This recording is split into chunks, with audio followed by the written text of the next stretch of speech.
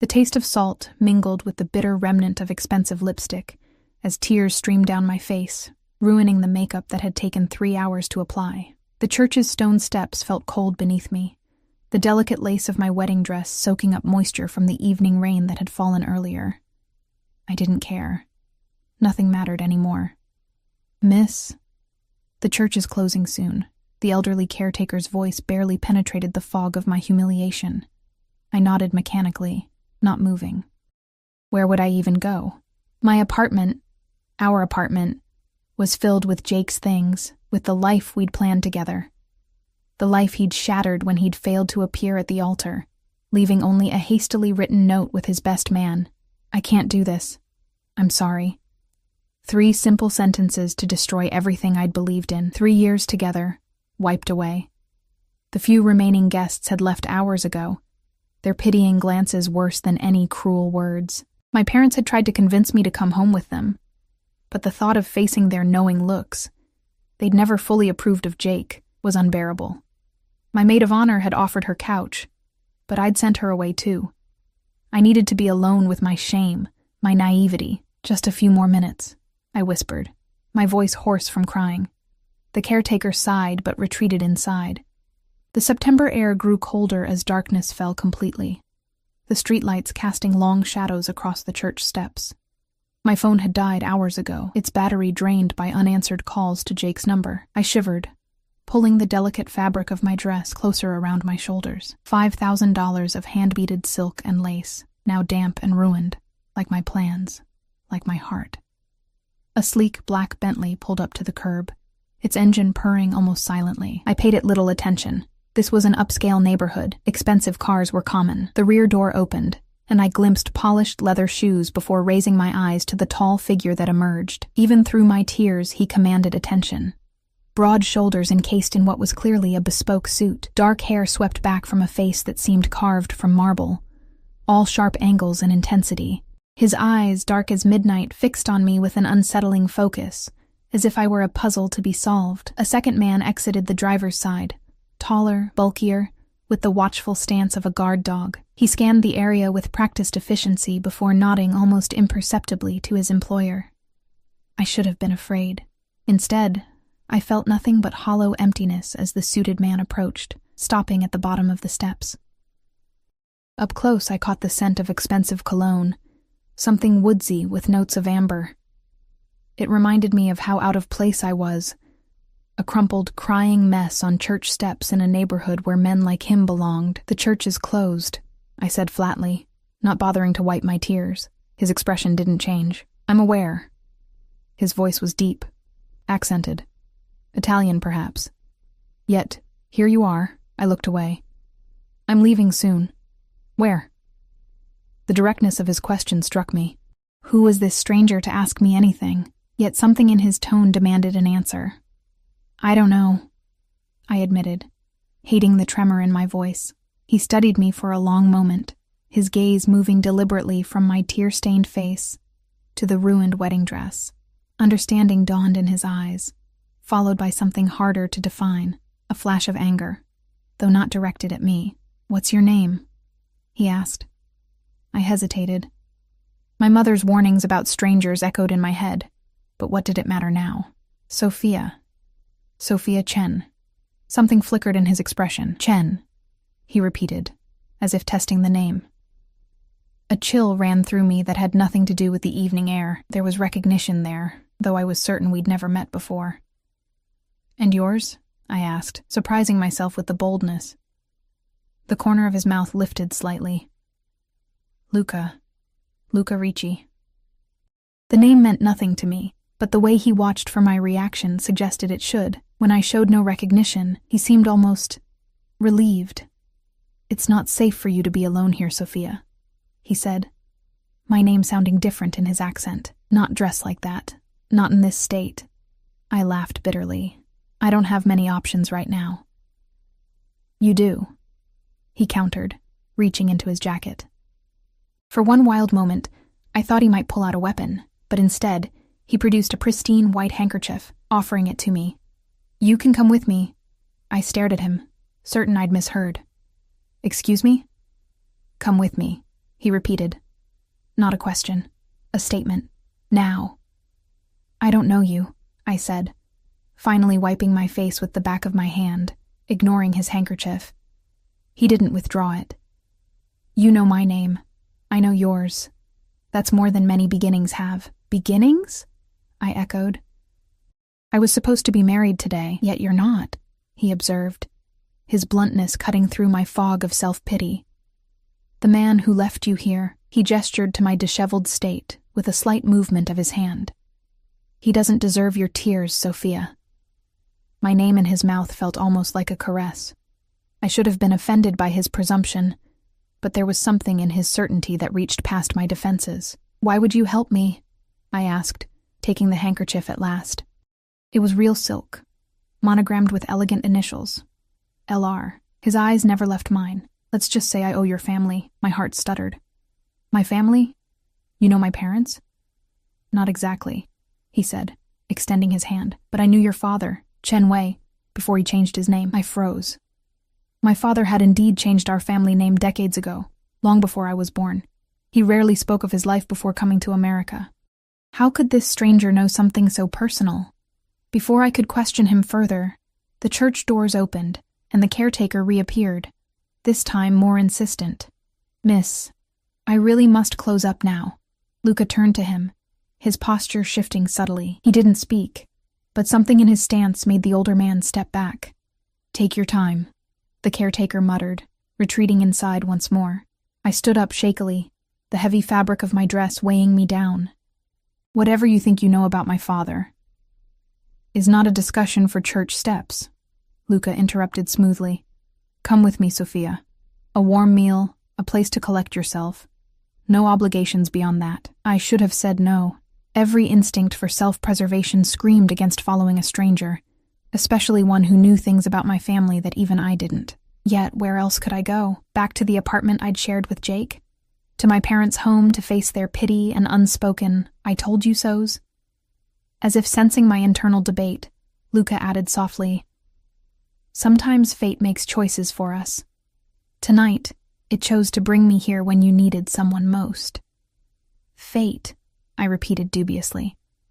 Or were you following me? For the first time, a genuine smile crossed his face, transforming his severe features into something almost breathtaking.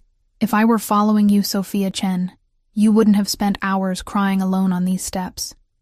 I didn't correct his slight mispronunciation of my name. Somehow, it sounded right in his accent, more like who I might become than who I'd been.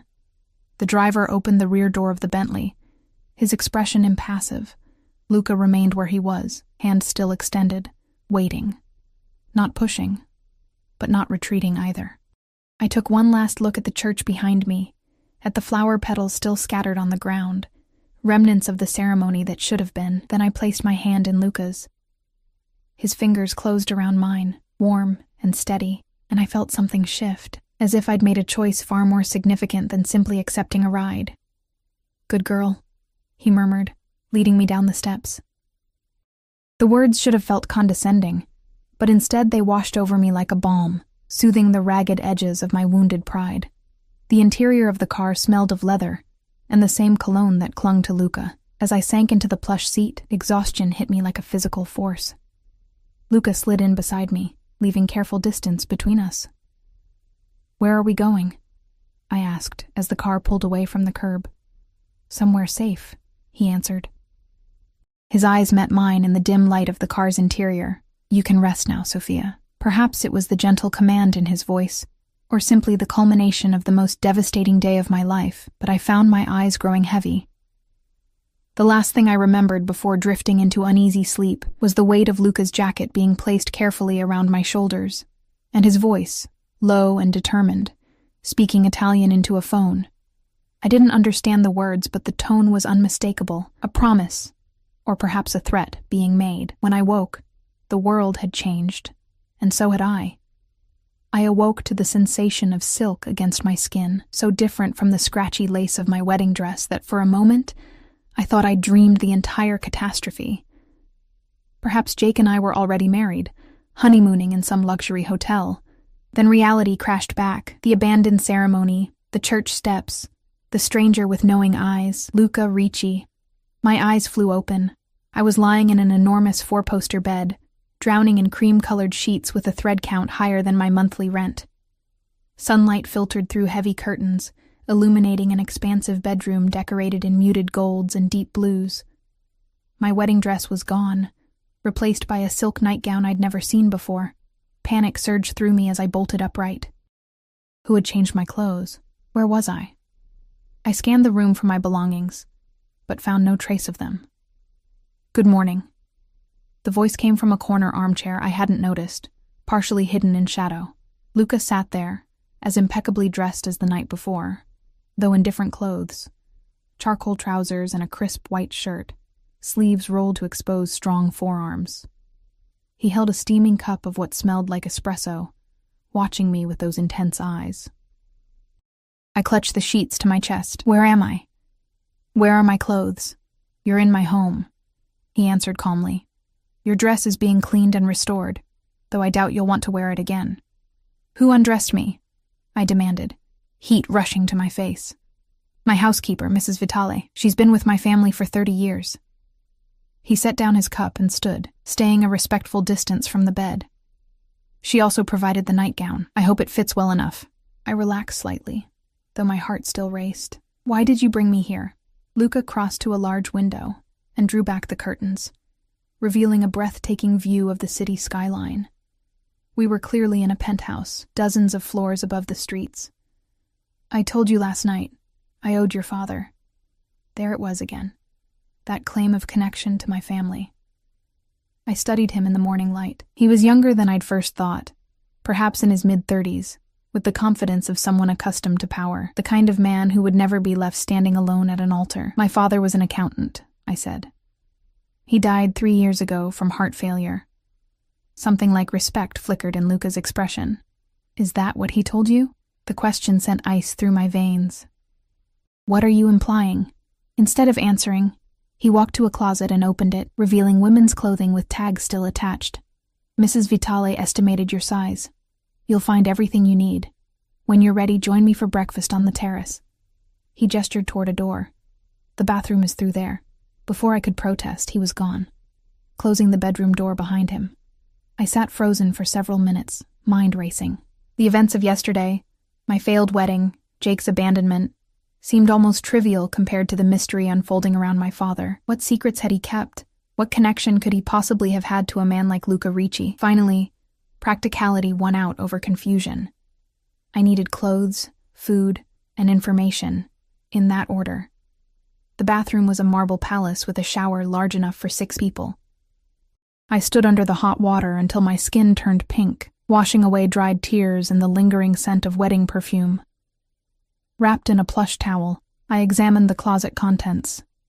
Everything was my size exactly: jeans, blouses, dresses, even lingerie with French labels. The casual precision of it all was unsettling. I selected simple jeans and a cream sweater, surprised at how perfectly they fit. As I dressed, I noticed my engagement ring still on my finger, a 2-carat diamond that had seemed impressive until I'd seen it on the hand of Jake's previous girlfriend in an old social media photo. I twisted it off and placed it on the nightstand. Whatever happened next, that chapter was closed. The penthouse was even more impressive beyond the bedroom. Open concept with floor-to-ceiling windows, minimalist furnishings that screamed money rather than shouting it. I followed the sound of voices to a sprawling terrace garden where Luca sat at a glass table laden with breakfast foods. He wasn't alone. The driver from last night stood near the terrace edge, speaking quietly into a phone. Another man, older, with silver at his temples, sat across from Luca, studying what looked like financial documents. Both men fell silent when I appeared. Luca stood immediately. Sophia, you look rested. It wasn't true. I felt hollow and brittle, but I appreciated the courtesy. The older man also rose, curiosity evident in his shrewd gaze. Antonio, Marco, give us privacy, Luca commanded softly. Both men departed without question, though the older one, Antonio, gave me a considering look before leaving. Please, sit. Luca gestured to the chair beside him. You must be hungry. I was. desperately so. I'd been too nervous to eat before the ceremony, and then too devastated afterward. I sat cautiously, eyeing the spread of pastries, fruit, and eggs. "You said you knew my father," I said, ignoring the food. "I want to know what you meant." Luca poured coffee into a delicate cup and placed it before me. "Eat first, then we'll talk." His tone left no room for argument. I took a sip of the coffee, rich and perfectly prepared, then helped myself to a croissant and some berries. Luca watched with apparent satisfaction as I ate, though he himself took only coffee. "Your father wasn't always Chen Wei," he said, after I'd eaten half the croissant. "When he first came to this country, he was Zhao Wei, right-hand man to one of Shanghai's most influential businessmen." I nearly choked on my coffee. "That's ridiculous. My father came here as a graduate student. He met my mother in college. After he changed his identity, yes," Luca agreed. "But before that, he worked for a man named Zhao Liang, no relation, despite the shared name. Your father was his most trusted advisor for almost a decade. My grandfather was a farmer," I protested. "My family has never been involved with whatever you're implying." Luca's expression softened slightly. "Your father reinvented himself to protect you and your mother. He wanted a different life for his family." "And how exactly do you fit into this fantasy story?" I challenged. "Zhao Liang was my father's biggest rival and occasional ally," he said simply. "Your father once intervened to prevent a conflict that would have ended badly for both families. I was a child then, but I never forgot the debt we owed him." The world tilted beneath me. It couldn't be true. My gentle, mathematics-loving father involved with people who spoke of conflicts and debts in such ominous tones. Yet something deep inside whispered that it explained so much. His insistence on using our Americanized names, his reluctance to speak of China, the mysterious deposits that had funded my education. "You're saying my father worked for the Chinese Mafia?" I asked, my voice barely above a whisper. Luca's smile was grim. "We don't use that term, but yes, your father was part of an organization similar to mine." The implication hung in the air between us. I set down my coffee cup with trembling hands. I couldn't finish the sentence. "I'm a businessman with diverse interests," he replied carefully. "Some of those interests require special security considerations." As if on cue, the door to the terrace opened, and Marco, the driver, reappeared. "Scusi, boss. That situation needs your attention." Luca nodded once, then turned back to me. "I need to take care of something. Feel free to explore the apartment. Marco will remain if you need anything." He stood, buttoning his suit jacket. "And Sophia, don't try to leave. The elevator requires a key, and we're 35 floors up. It's for your protection." "You're keeping me prisoner?" I asked, incredulous. "I'm keeping you safe," he corrected. "The man who was to marry you, there's more to his disappearance than cold feet." My blood ran cold. "What do you mean? What about Jake?" Luca's expression hardened. "We'll discuss it when I return. Rest, eat, gather your strength. You'll need it." With that cryptic warning, he left, Marco falling into step behind him like a shadow. I sat alone on the terrace, the magnificent view now seeming like a beautiful cage. My life had been upended twice in 24 hours. First by Jake's abandonment, now by revelations that threatened to rewrite my entire family history. After finishing my coffee, I did explore the apartment, which occupied the entire top floor of the building. The decor was masculine but tasteful, with artwork I suspected was original and valuable. One room was clearly an office, its door conspicuously locked. Another appeared to be a small gym with equipment I didn't recognize. Throughout the space, subtle security was evident. Cameras in the corners, reinforced doors. In the living room, I found a wall of photographs. Most were formal, Luca with various important-looking men, shaking hands or raising glasses at events. But one caught my eye, an older photo, slightly faded, showing two young men standing beside a classic car. One was clearly a younger version of my father. The other man resembled Luca, same commanding presence, same intensity, but older. His father, perhaps? They were smiling, arms around each other's shoulders like old friends. My knees weakened. It was true then. My father had led a double life before becoming the man I knew. The revelation left me reeling. What else had he hidden? What other secrets had died with him? I was still staring at the photo when I heard the elevator doors open. Voices drifted down the hallway. Luca's? And another I didn't recognize. Took the money and ran, the stranger was saying. Left the girl and disappeared with everything. And the package? Luca asked. Never delivered. He played us all. Find him. Luca's voice turned icy. I want him alive. And the girl? She stays here, protected. Boss, if her father was really... I know exactly who her father was. Luca cut him off. Which is why she remains under my protection. Is that understood? Yes, boss. Their footsteps approached, and I quickly moved away from the photo wall, pretending to examine a large abstract painting instead. Luca entered, followed by a lean man with a jagged scar along his jaw. Both stopped short when they saw me. Sophia, Luca acknowledged, his tone revealing nothing of the conversation I'd overheard. This is Dominic, my security chief. The scarred man nodded, but didn't offer to shake hands. His eyes assessed me with professional detachment. What did you mean about Jake? I asked, skipping pleasantries. You said his disappearance wasn't just cold feet. Luca exchanged a look with Dominic, who withdrew silently to another room. Your fiancé was using you, Luca said bluntly, approaching until he stood directly before me. He was never going to go through with the wedding. Pain lanced through me, but it was duller now, overshadowed by confusion and fear. How could you possibly know that? Because he made a deal with people who don't honor their agreements. Luca's eyes darkened. He took their money, promised delivery, and vanished. They believe you might know where he is. Delivery of what? I asked, increasingly bewildered. Luca studied me carefully. Information. Data. Your fiancé claimed to have access to certain financial records through your father's old accounts. The room seemed to tilt. That's impossible. Jake never even met my father. We only started dating after Dad died. Exactly, Luca said quietly. Which makes his claim suspicious, doesn't it? A horrible thought struck me. He dated me because of my father? Because he thought I had access to something? Luca's silence was answer enough. 3 years of my life, a relationship I'd believed in enough to accept a proposal, had been built on lies. Who are these people Jake dealt with?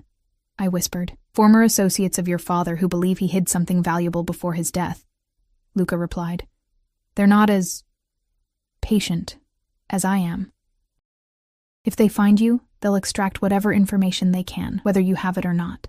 I sank onto a nearby sofa, legs no longer able to support me. This is insane. I'm an art teacher. My father was an accountant. We're normal people. Luca sat beside me, close enough that I could smell his cologne again.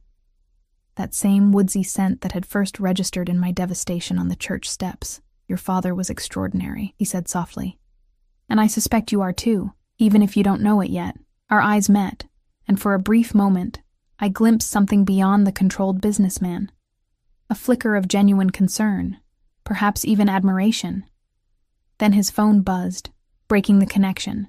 He checked the message, his expression hardening. They found Jake's apartment, ransacked. He's in the wind, but they're looking for you now too. So I really am a prisoner, I said numbly. Luca's hand covered mine, warm and steady. You're under my protection, Sophia. There's a difference. But as his security team filtered into the apartment, taking up positions with the practiced efficiency of soldiers preparing for siege, the distinction felt academic at best. I was caught in a web I hadn't known existed, connected to a man whose power was as evident as it was frightening, and somewhere out there, the man I'd almost married was running for his life, having dragged me into a danger I still didn't fully understand. 3 days passed in Luca's penthouse, each one a strange blend of luxury and confinement. I was given everything I could need, clothes, books, even art supplies when I mentioned my teaching. But freedom remained elusive. Luca came and went, always polite, occasionally joining me for meals where our conversations danced around the dangerous truths hanging between us. I learned little more about Jake or the mysterious information he'd supposedly stolen. Whenever I pressed, Luca would redirect the conversation with practiced ease. All in good time, he'd say. dark eyes studying me as if searching for something hidden within me. On the fourth morning, I awoke to find a small box beside my bed, wrapped in cream-colored paper with a simple gold ribbon. Inside was a delicate gold bracelet, elegant but not ostentatious, with a small charm shaped like a protective eye. "For safety," Luca explained when I emerged wearing it, his approval evident in his gaze. "And to track you should the need arise." "You're monitoring me now?" I asked, torn between outrage and a strange, unwelcome flutter at his attention. His smile was unapologetic. "I'm protecting what's mine." The possessive statement should have angered me, yet I found myself speechless, caught in his unwavering stare until his phone rang, breaking the moment. "We've found him," he said after a brief conversation in rapid Italian. "Get the car ready." He turned to me. "I need to go out. Marco will remain with you." "I want to come," I said impulsively. Luca paused, evaluating me. "You want to face the man who betrayed you?" "I need answers," I insisted. "About Jake, about my father, all of it." After a long moment, he nodded. "Wear something practical, and stay close to me at all times." 30 minutes later, I sat beside Luca in the Bentley, dressed in the most understated clothes I'd found in the closet: dark jeans, a black sweater, and leather ankle boots. Dominic drove, with another security man I hadn't met before riding in the passenger seat. The atmosphere in the car was tense, expectant. "Where are we going?" I asked as we left the gleaming skyscrapers of downtown behind, heading toward more industrial areas. "One of my properties," Luca answered vaguely. His hand rested on the seat between us, close enough that I could feel its warmth. "Sophia, when we arrive, you'll stay behind me. If I tell you to leave, you go immediately with Marco. No questions." The commanding tone left no room for argument. "I understand." We pulled up to what appeared to be an abandoned warehouse. 2 black SUVs were already parked outside, men in dark suits standing guard. They nodded respectfully as Luca emerged from the car, their eyes widening slightly when they saw me. "Boss?" one began, clearly concerned about my presence. Luca silenced him with a look. "She stays with me." Inside, the warehouse was largely empty, except for a central area where stark overhead lights illuminated a scene that made my blood run cold. Jake knelt on the concrete floor, hands bound behind his back, a bruise blooming across his left cheek. 2 men stood guard over him. He looked up as we entered, his eyes widening in shock when he saw me. "Sophia? What are you doing with him?" His voice cracked with fear and confusion. I couldn't speak. The man I'd almost married now seemed like a stranger, his familiar features twisted with desperation. "Mr. Foster?" Luca's voice was deceptively calm as he approached, keeping me slightly behind him. "You've caused quite a lot of trouble." Jake's eyes darted between us. "Sophia, you need to get away from him." "You don't know who he is, Rich. Coming from you?" I finally found my voice, anger surging through me. "Were you ever going to go through with the wedding? Or was that just part of your plan too?" Confusion flashed across Jake's face. "What? Of course Enough!" Luca cut him off. "Where's the data you stole?" Jake's expression shifted to calculation. "I don't know what you're talking about," Luca sighed, almost disappointed. "Marco." The security man stepped forward, removing something from his pocket. I tensed, expecting a weapon, but it was a phone. He showed the screen to Jake, whose face drained of color. "Your parents," Luca explained to me quietly. "We have men outside their home in Florida." Horror washed through me. "Luca, no." He touched my arm gently. "A negotiation tactic only, Sophia. No harm will come to them if Mr. Foster cooperates." Jake's shoulders slumped. "It's in a safety deposit box." "Keys in my apartment, hidden in the bathroom vent." "The apartment that was ransacked?" Luca asked. A flicker of surprise crossed Jake's face. "They got there already? Shit." "Who, Jake?" I demanded. "Who are you working with?" He looked at me, really looked at me, for the first time.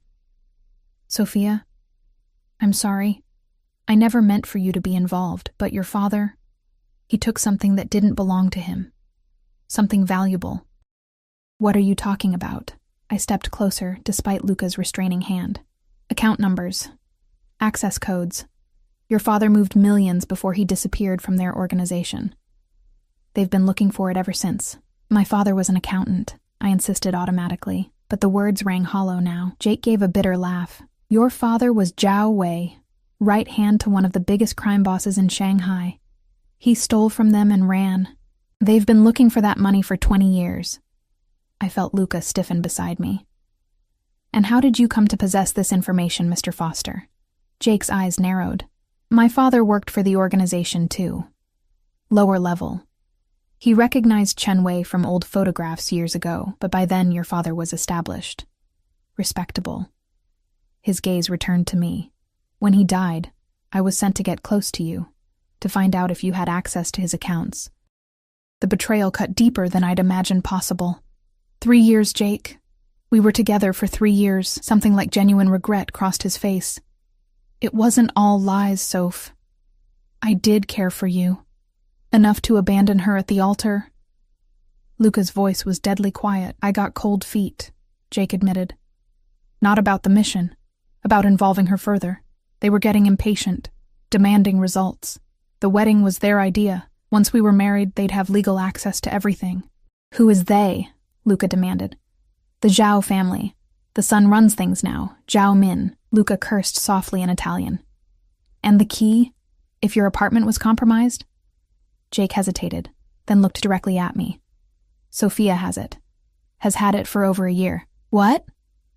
I stepped back, bewildered. I don't have any key. A sad smile crossed Jake's face. The jade pendant. The one I gave you for our anniversary. It's hollow. My hand flew to my throat, where the pendant had hung until my wedding day.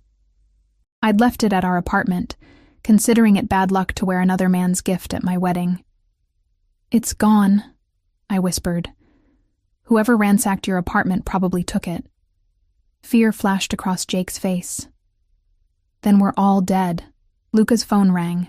He answered, listening intently, his expression growing darker. Take her to the car, he ordered Marco suddenly. Now. What's happening? I resisted as Marco took my arm. They found us, Luca said grimly. Zhao's men. They must have followed Foster. Gunfire erupted outside. Marco dragged me toward a back exit while Luca barked orders in Italian. The last thing I saw before being pulled through the door was Luca drawing a gun from inside his jacket, his other hand yanking Jake to his feet. Marco rushed me to another vehicle. Not the Bentley, but a nondescript sedan parked behind the warehouse. Get in, he ordered, pushing me into the back seat before sliding behind the wheel. Wait! What about Luca? I twisted to look back as the sound of gunfire intensified. Boss can handle himself, Marco assured me, starting the engine. My job is to get you to safety. We peeled away just as several dark SUVs pulled up to the warehouse. Men with weapons poured out, and my heart hammered against my ribs. Luca was still in there, possibly fighting for his life because of me, because of secrets my father had kept. Marco drove with practiced precision, taking sharp turns and back alleys until I was completely disoriented. Where are we going? Safe house, he replied tersely. Boss has contingencies for everything. 20 minutes later, we pulled into an underground garage beneath an unassuming apartment building. Marco escorted me to a service elevator, then through a maze of hallways to a door that looked like all the others. Inside was a simple but comfortable apartment, with the same subtle security features I'd noticed at Luca's penthouse. Wait here, Marco instructed. I'll check in when I can. You're leaving? Panic edged into my voice, his expression softened slightly. Boss needs backup. Don't worry. This place is secure. No one knows about it except the inner circle. After he left, I paced the apartment, checking windows, reinforced glass too high to escape, doors, multiple locks, and trying not to imagine what might be happening at the warehouse. The pendant Jake had given me, a simple jade oval on a gold chain, had been nothing but a key all along. Another lie in a relationship built on deception. Hours passed. Night fell. I found food in the kitchen but couldn't eat. Every sound in the hallway made me jump. Finally, near midnight, I heard keys in the door. I grabbed a kitchen knife, heart pounding as the door swung open. Luca stood there, suit jacket missing, white shirt spattered with blood. A cut above his eye had been hastily bandaged, and he held his left arm stiffly, as if injured. "You're hurt," I whispered, dropping the knife. He stepped inside, locking the door behind him. "Not all of this is mine," the implication hung in the air. "Jake?" "Alive," Luca said curtly. "For now. His usefulness depends on whether we can recover that key before Zhao's men." Relief flooded through me, followed immediately by guilt for feeling relieved about the safety of a man who'd spent years deceiving me. Luca crossed to a cabinet, withdrawing a bottle of whiskey and a glass. He poured 2 fingers, drank it straight, then finally looked at me properly. "Are you all right?" he asked, his voice gentler. I nodded automatically, then shook my head. "I don't know what I am anymore. Everything I thought I knew." He set down the glass and moved toward me, stopping when only inches separated us. "You're Sophia Chen, daughter of Zhao Wei, under my protection." His hand lifted to touch my face, fingers tracing my cheek with unexpected tenderness. "And far stronger than you know." The intensity in his dark eyes made breathing difficult. I should have stepped away, should have maintained distance from this dangerous man whose world had collided so violently with mine. Instead, I found myself leaning into his touch, seeking anchor in the storm my life had become. Morning light filtered through unfamiliar blinds as I woke on the safe house couch. I'd insisted Luca take the bedroom with his injuries, despite his protests. Sometime during the night, someone had draped a blanket over me. Luca, I presumed, though the thought of him watching me sleep sent an unexpected shiver through me. The apartment was quiet. I padded to the kitchen, finding coffee already brewed and a note in elegant handwriting. "Stay inside. Back soon, L." I poured myself a cup, mind racing through yesterday's revelations. My father, a criminal who'd stolen millions. Jake, sent to find hidden accounts. Luca, part of the same shadowy world, now my self-appointed protector, and somewhere out there, Zhao's men hunting for a key I'd unwittingly carried for over a year. The jade pendant. I closed my eyes, remembering the day Jake had given it to me. "It reminded me of your heritage," he'd said, with that boyish smile I'd found so charming. "Something to keep your father's memory close." The calculated cruelty of the gesture made my stomach turn. The apartment door opened, and I tensed until Luca appeared, carrying bags of groceries. He moved with barely concealed discomfort, his injured arm still held stiffly. "You should be resting," I said, taking the bags from him. He arched an eyebrow. "I've had worse." As I unpacked the groceries, fresh bread, fruit, eggs, I studied him covertly. In daylight, without his usual impeccable suit, he looked different.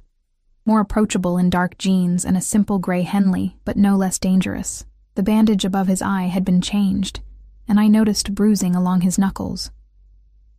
"What happened after I left?" I asked, setting a carton of eggs in the refrigerator.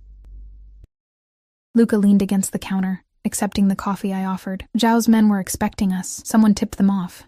"Jake?" "Possibly." His jaw tightened. "Or someone in my organization." The thought of betrayal within his ranks clearly bothered him more than his physical injuries. "Where is Jake now?" "Secure," he answered vaguely. "We've moved him somewhere Zhao won't find him." I hesitated before asking the question that had haunted me all night. "Did you hurt him?" Luca's dark eyes met mine. "Would it matter to you if I had?" "I don't know," I admitted. "He deceived me for years, used me to get to my father's secrets. I should hate him, but I can't just turn off feelings like a switch." I set down my coffee cup, suddenly restless. 3 years, Luca. I believed we were building a life together. Luca's expression hardened. "He never deserved you." There was something possessive in his tone that should have alarmed me, but instead sent warmth spreading through my chest. I turned away, confused by my reaction. "What happens now?" I asked, changing the subject. "We find the pendant before Zhao's men do?" "We've already found it," Luca said quietly. I spun to face him. "What? Where?" "One of Zhao's men had it when we interrogated him last night. They recovered it from your apartment the day after your wedding." Relief flooded through me, followed quickly by apprehension. "So you have the access codes now? The money my father stole?" Luca set down his cup and approached me slowly, like one might approach a frightened animal. Not yet. The pendant is only half the key. What's the other half? I asked, already suspecting the answer. His hand rose to my face, fingers gently tucking a strand of hair behind my ear. You, Sophia. Your father would never leave his legacy in the hands of strangers. The combination to open the pendant, it would be something only you would know. I stared at him. But I don't know anything about secret accounts or stolen millions. Not consciously, perhaps. His hand dropped to my shoulder, warm through the thin fabric of my borrowed t-shirt. But your father would have embedded it somehow. A birthday, an anniversary, a special place, something meaningful to both of you. My mind raced through possibilities. My birthday, my mother's birthday, their anniversary. All obvious choices that professional criminals would have tried already. I need to see the pendant, I said suddenly. Luca nodded, withdrawing a small velvet pouch from his pocket. The jade oval looked exactly as I remembered it. Smooth green stone on a delicate gold chain. But when Luca pressed the sides in a specific pattern, the oval split to reveal a hollow interior lined with microchip. We need a 6-digit code, he explained. Enter it incorrectly 3 times, and the chip self-destructs. I took the pendant with trembling hands, turning it over. On the back, nearly invisible unless you knew to look, was a tiny engraving, a Chinese character I recognized from a calligraphy set my father had given me on my 16th birthday. Yongheng, I whispered. Eternity. Luca watched me intently. Does that mean something to you? Tears pricked my eyes as memory surfaced. When I was 12, I asked my father why he changed our name when he came to America. He said some things change, but others are eternal, like his love for me and my mother. Luca's expression softened. A date, perhaps? When he changed his name? I shook my head. I don't know exactly when, then it hit me. Wait. The settlement date on my parents' house. Dad always said it was the day his American life truly began. The date was burned in my memory because we'd celebrated its anniversary every year. March 8th, 1994. 030894. My hands shook as I carefully entered the numbers into the tiny keypad inside the pendant. The last digit confirmed with a soft click, and the microchip glowed blue. It worked. I breathed. Luca's phone appeared in his hand. Antonio, we have access. Start the transfers immediately. He listened for a moment. Yes, all of it, and tell Dominic to prepare the jet. He ended the call and turned to me. We need to move quickly now. Zhao will know we've accessed the accounts. Where are we going? I asked, setting down the pendant. Italy. My territory, where I can protect you properly. Italy, I echoed. I can't just leave the country. My job, my apartment are no longer safe. He cut in. Zhao doesn't forgive, Sophia. As long as you're connected to your father's theft, you'll be a target. The reality of my situation hit me fully for the first time. My old life was gone. Not just the future I'd planned with Jake, but everything. My career, my friends, the carefully constructed normalcy I'd taken for granted. For how long? I asked, voice barely audible. Luca's expression was unreadable. Until Zhao is no longer a threat, and when will that be? Instead of answering, he stepped closer, hands coming to rest on my shoulders. I promised your father I would protect you if the time ever came. I intend to keep that promise. You spoke to my father about this? I asked, startled. Once, shortly before his death. His thumbs traced small circles against my collarbone. He knew they might find him eventually. His only concern was your safety. I closed my eyes against a fresh wave of grief. Not just for the father I'd lost, but for the man I'd never truly known. Did he suffer? When he died? Heart failure was convenient, Luca said carefully. But painless. I ensured that much. The implications stole my breath. Not a natural death after all, but a mercy granted by the man now standing before me. I should have been horrified, should have pulled away in disgust. Instead, I found myself leaning into his touch, seeking comfort from the very hands that had orchestrated my father's passing. Why are you really helping me, Luca? I asked, opening my eyes to meet his gaze. A debt to my father can't be the only reason. Something flickered in his dark eyes. Hunger, possession, and something deeper I couldn't name. Perhaps I see in you what your father once was. Intelligence, loyalty, strength you don't yet recognize. Or perhaps you just want the money, I challenged. His laugh was unexpected, warm and genuine. Believe me, Sophia, if I only wanted the money, there are simpler ways to obtain it than protecting a stubborn woman who asks too many questions. I should have been offended. Instead, I found myself smiling back, the tension between us shifting into something else entirely. His hands moved from my shoulders to frame my face, thumbs brushing my cheekbones with surprising gentleness. We leave in 3 hours, he said softly. Pack whatever you find in the bedroom. Everything else can be acquired in Italy. The idea of leaving everything behind should have terrified me. Yet standing in Luca's hold, I felt something I hadn't experienced since before my father's death. A sense of belonging, of rightness. What about Jake? I asked, the question necessary even as part of me already detached from the man who'd betrayed me. Luca's expression darkened. He stays here. My men will ensure he remains cooperative. Will you kill him? The question was direct, necessary. His gaze held mine. Do you want me to? The question shocked me, not just that he would ask it, but that I was seriously considering my answer. The old Sophia, the art teacher who believed in happy endings, would have been appalled. But I wasn't that woman anymore. No, I finally said. Not for my sake, but I don't want to see him again. Luca nodded, respect evident in his expression. Then you won't. He released me reluctantly, stepping back. Rest, prepare. I need to make arrangements. As he turned to leave, I caught his wrist. Luca. He paused, looking back at me with an intensity that made my heart race. Thank you for finding me on those church steps. Something softened in his gaze. Perhaps it was your father's final gift to us both. The words hung between us, laden with meaning I wasn't yet ready to fully examine. He left me standing in the kitchen, the jade pendant, my inheritance, my curse, glinting in the morning light. 3 hours later, we boarded a private jet bound for Italy. As the New York skyline receded beneath us, I felt my old life slipping away. Beside me, Luca worked quietly on his laptop, occasionally speaking rapid Italian into his phone. His security team occupied the rest of the cabin, a constant reminder of the danger we were fleeing. Second thoughts? Luca asked, noticing my gaze fixed on the disappearing city below. I turned to him. This dangerous man who had upended my world and somehow become my anchor within it. No, I answered truthfully. Just processing.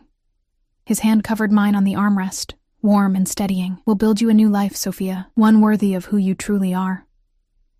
Who I truly was. Daughter of Jia Wei, heir to secrets and danger, and a fortune built on shadow. As the ocean replaced the landscape beneath us, I realized I was finally ready to discover exactly what that meant. The Italian countryside unfolded beneath us as our helicopter descended toward what Luca simply called the estate.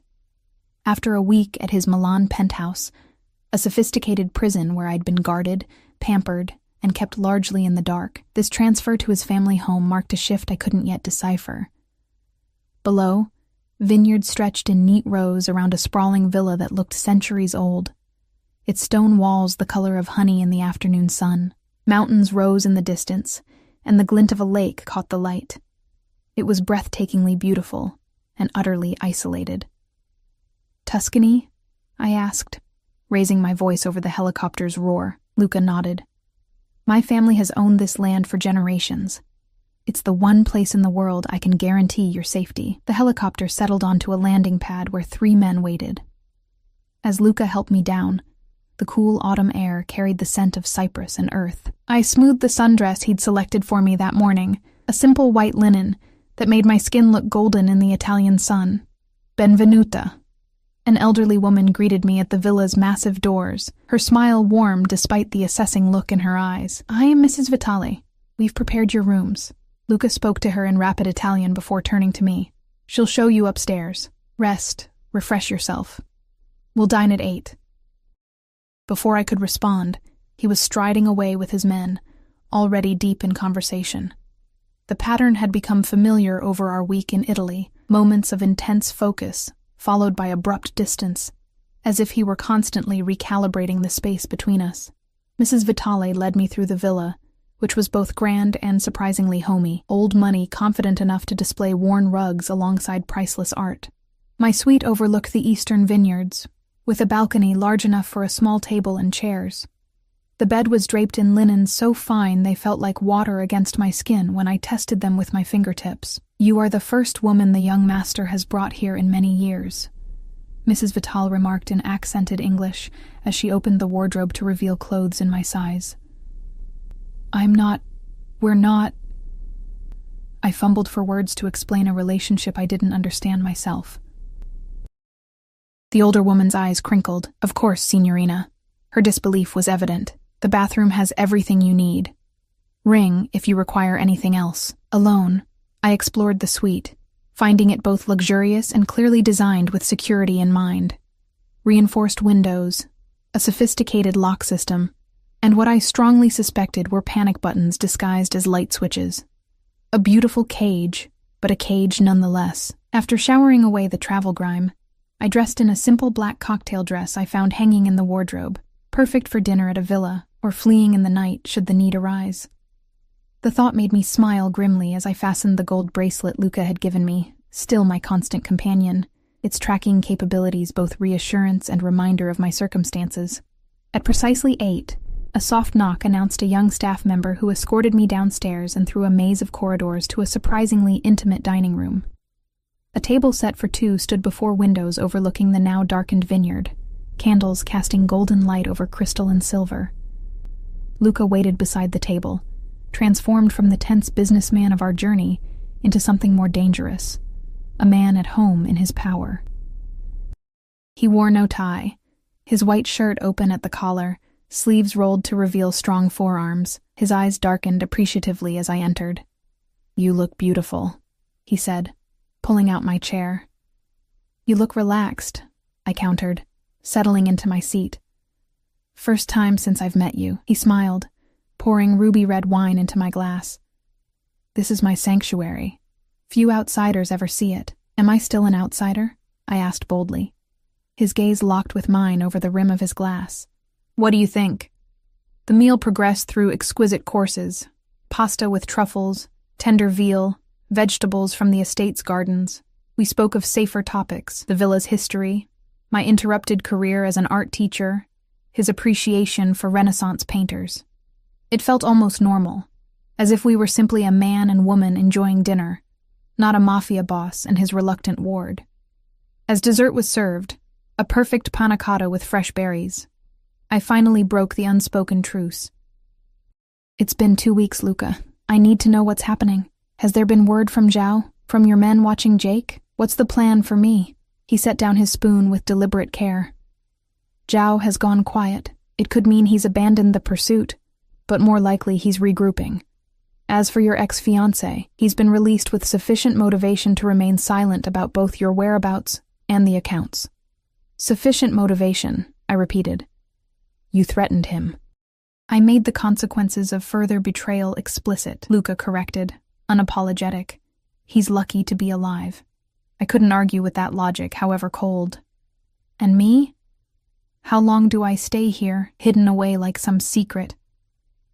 "Is that how you see it?"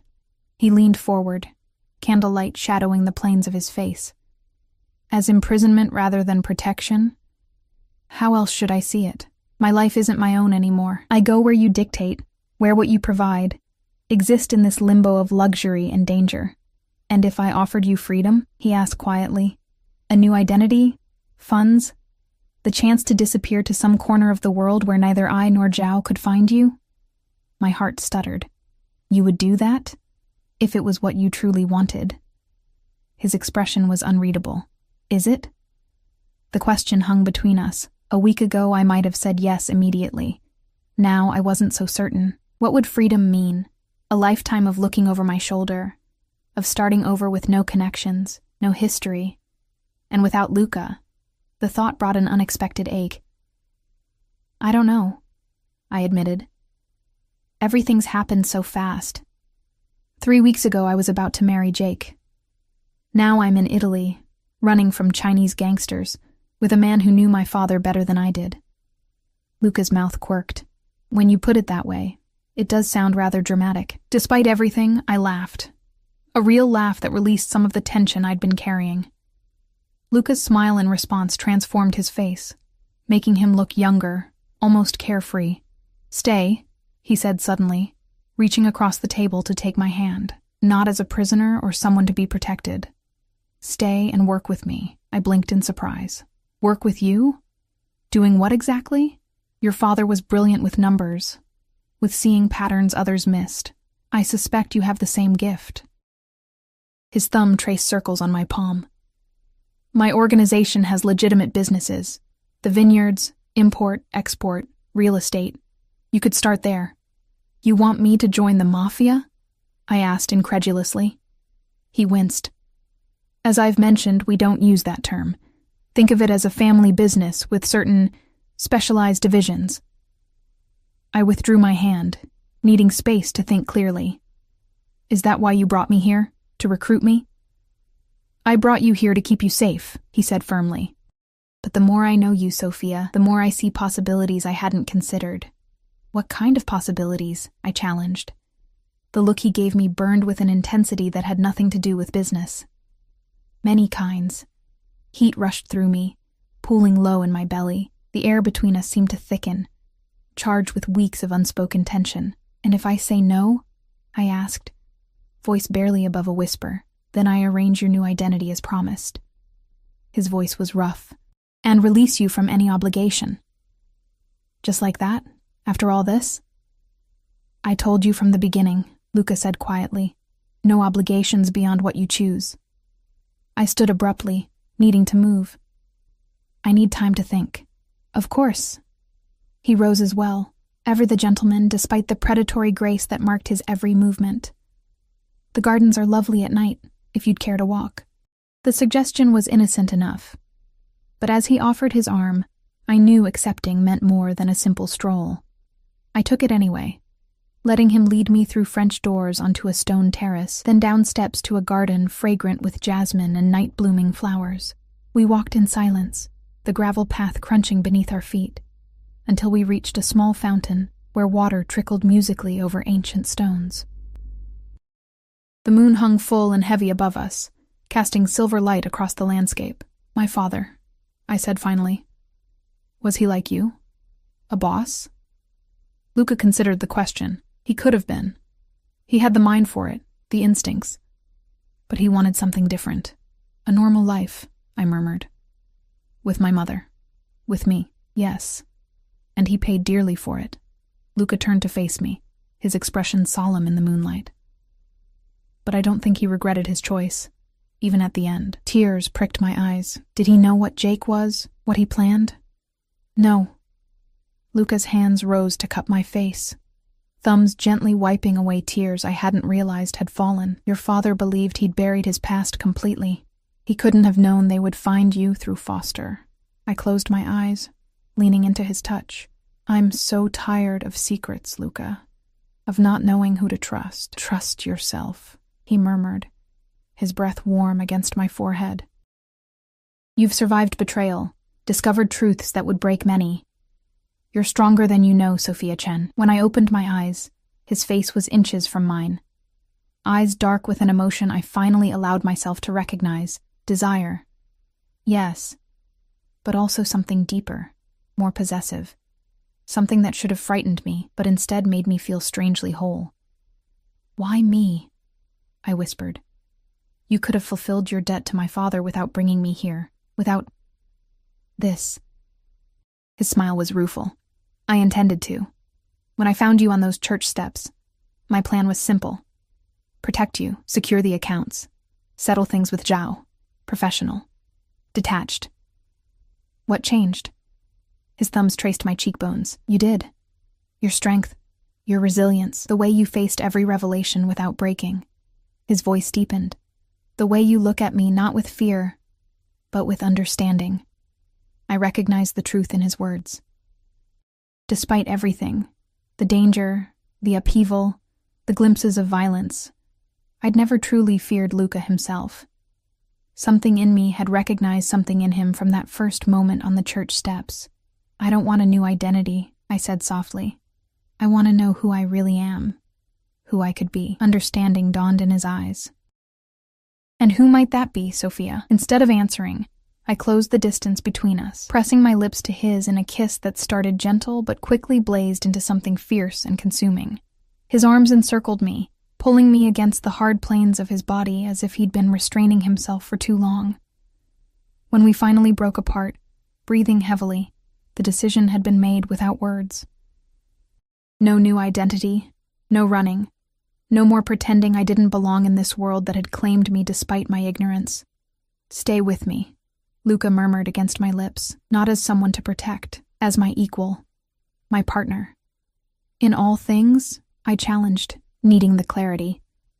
His smile held promises both dangerous and thrilling. In all things.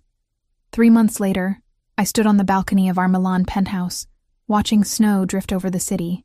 Behind me, Luca spoke on the phone, finalizing details for our meeting with former associates of my father, who wished to pledge allegiance to our combined organizations. The jade pendant hung around my neck, no longer a key to stolen millions, but a reminder of the legacy I'd inherited and transformed. The accounts had been legitimized, the money now flowing through proper channels, funding expansions that straddled the line between shadows and light. Zhao had made one final attempt against us, an ambush that had left scars on both Luca and me, his across his shoulder, mine along my collarbone. The man himself had not survived the encounter, his organization now splintered and largely absorbed into ours. As for Jake, he'd disappeared to Australia according to our sources, wisely putting as much distance as possible between himself and the woman he'd once thought to use as a pawn. Warm arms encircled me from behind, and I leaned back against Luca's chest, feeling the steady beat of his heart. "Regrets?" he asked, his lips brushing my temple. I turned in his arms, studying the face that had become as essential to me as my own reflection. Not one. His kiss was possessive, claiming, a reminder that what had begun as protection had evolved into something far more powerful. I matched his intensity, no longer the abandoned bride weeping on church steps, but a woman who had embraced both her past and her future. In the dying light of a winter afternoon, with snow falling around us and danger never far away, I had found something I'd never expected on that devastating wedding day. Not the safe, predictable life I'd planned with Jake, but a love born of fire and shadow, stronger for the truths it had weathered, and I would fight to protect it, just as fiercely as Luca had once fought to protect me.